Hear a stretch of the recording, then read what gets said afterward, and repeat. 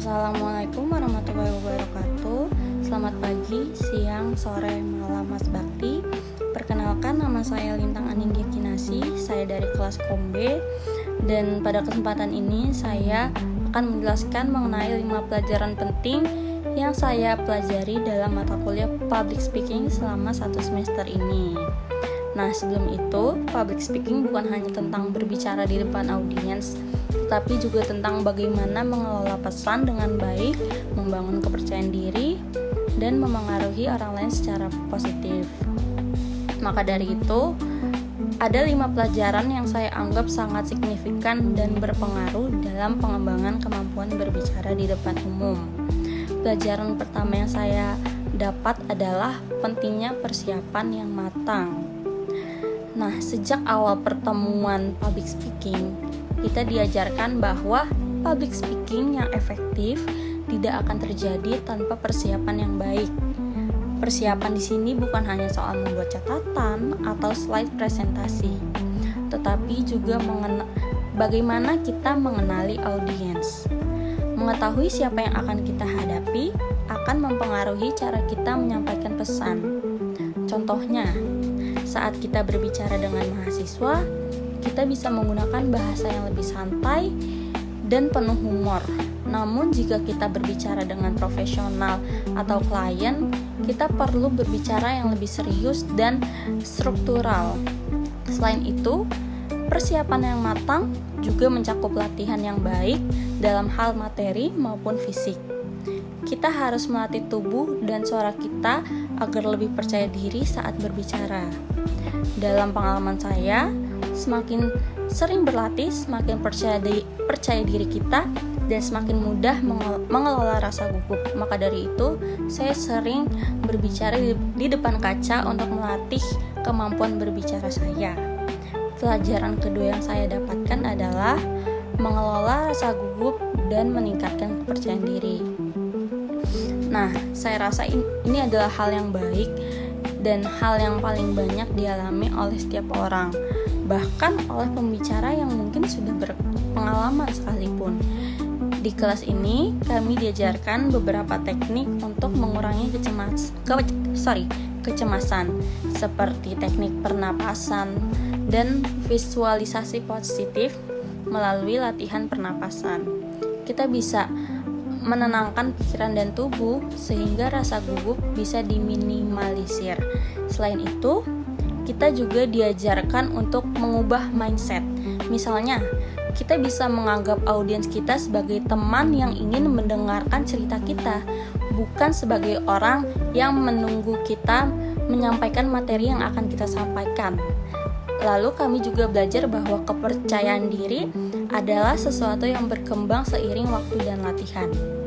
Berbicara di depan audiens memang terasa menakutkan di awal, tetapi semakin sering kita melakukannya, semakin kita merasa nyaman dan percaya diri.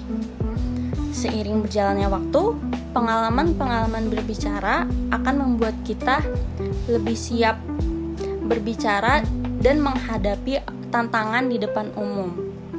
Lalu, pelajaran ketiga yang saya dapatkan adalah penggunaan bahasa tubuh yang efektif.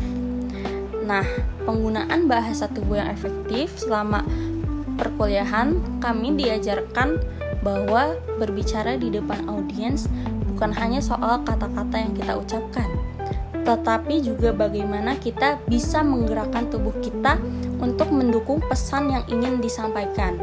Bahasa tubuh seperti kontak mata, gerakan tangan, dan ekspresi wajah itu memiliki peran yang sangat besar dalam memengaruhi audiens.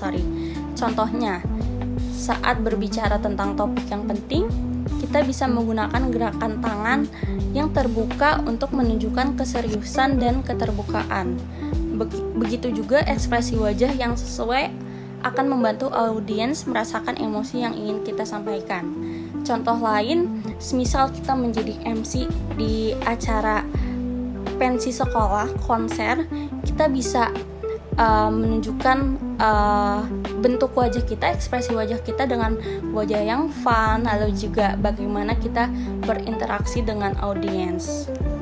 Nah, dengan bahasa tubuh yang positif, seperti kita berdiri tegak, menjaga kotak mata, dan menggunakan gerakan tangan yang terkontrol, kita bisa membuat pesan kita lebih meyakinkan dan audiens lebih terhubung dengan kita sebagai pembicara. Lalu, pelajaran keempat yang saya dapatkan adalah menyesuaikan gaya bicara dengan audiens. Menyesuaikan gaya bicara dengan audiens ini adalah konsep yang sangat menarik dan penting. Dalam mata kuliah ini, saya belajar bahwa gaya berbicara kita harus fleksibel dan beradaptasi dengan audiens yang kita hadapi. Setiap audiens pasti memiliki karakteristik yang berbeda. Seperti yang saya bilang di awal tadi, jika kita berbicara kepada mahasiswa, kita bisa menggunakan bahasa yang lebih ringan dan santai, serta diselingi dengan canda tawa. Namun, jika kita berbicara di depan audiens profesional atau klien, kita harus lebih formal dan terstruktur. Kita harus menggunakan bahasa-bahasa yang gampang dimengerti, lalu menggunakan bahasa yang baku, serta menghindari penggunaan kata-kata yang terlalu santai atau tidak relevan. Tapi balik lagi, jika acara itu formal, berarti kita harus menggunakan bahasa yang terstruktur. Namun jika acara itu informal, mungkin kita bisa menggunakan bahasa yang lebih santai, tapi masih harus terstruktur lagi. Nah, kemampuan untuk menyesuaikan gaya bicara ini sangat membantu agar pesan kita tersampaikan dengan lebih efektif dan audiens merasa lebih nyaman. Contohnya dalam presentasi yang biasanya saya lakukan, saya menyesuaikan untuk gaya bicara dengan audiens yang hadir, dan saya merasakan respon yang jauh lebih positif. Jika semisal saya presentasi dengan mahasiswa di depan teman-teman saya, pasti saya akan menggunakan bahasa yang lebih santai. Namun jika saya presentasi di depan dosen, pasti saya akan menggunakan bahasa yang lebih baku.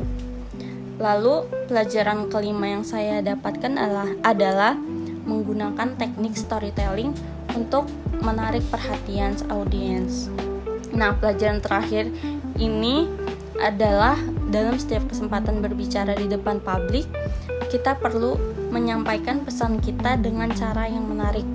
Salah satu cara terbaik untuk membuat audiens tertarik adalah dengan menggunakan cerita. Kita juga diajarkan bahwa storytelling dapat membuat presentasi menjadi lebih hidup dan berkesan. Cerita membantu audiens untuk lebih terhubung dengan topik yang kita bicarakan. Contohnya, jika kita ingin menyampaikan tentang pentingnya kerjasama tim, kita bisa memulai dengan cerita pengalaman pribadi kita atau kisah orang lain yang relevan dengan tema tersebut. Dengan menggunakan cerita, kita tidak hanya menyampaikan informasi, tetapi juga membangun koneksi emosional dengan audiens yang membuat pesan kita lebih mudah diingat dan lebih memengaruhi. Nah, dengan demikian 5 pelajaran penting yang saya pelajari sudah saya sampaikan di 1 semester perkuliahan ini. Nah, setiap pelajaran pasti memiliki banyak dampak yang signifikan dalam mengembangkan kemampuan berbicara saya, baik di dalam maupun di luar kelas. Nah, persiapan yang matang, mengelola rasa gugup, penggunaan bahasa tubuh yang efektif, menyesuaikan gaya bicara dengan audiens, dan teknik storytelling adalah kunci untuk menjadi pembicara yang sukses. Saya percaya bahwa dengan terus berlatih dan mengembangkan kemampuan ini, kita semua dapat menjadi pembicara yang lebih efektif. Percaya diri, dan mampu memengaruhi orang lain dengan pesan yang kita sampaikan. Itu saja yang bisa saya sampaikan. Sebelumnya saya ingin mengucapkan terima kasih lagi kepada Mas Bakti atas ilmu yang sudah dikasih selama 1 semester ini. Semoga ilmu itu bisa dipakai di kemudian hari dan pasti akan sangat terpakai untuk mata kuliah public speaking ini. Terima kasih. Wassalamualaikum warahmatullahi wabarakatuh.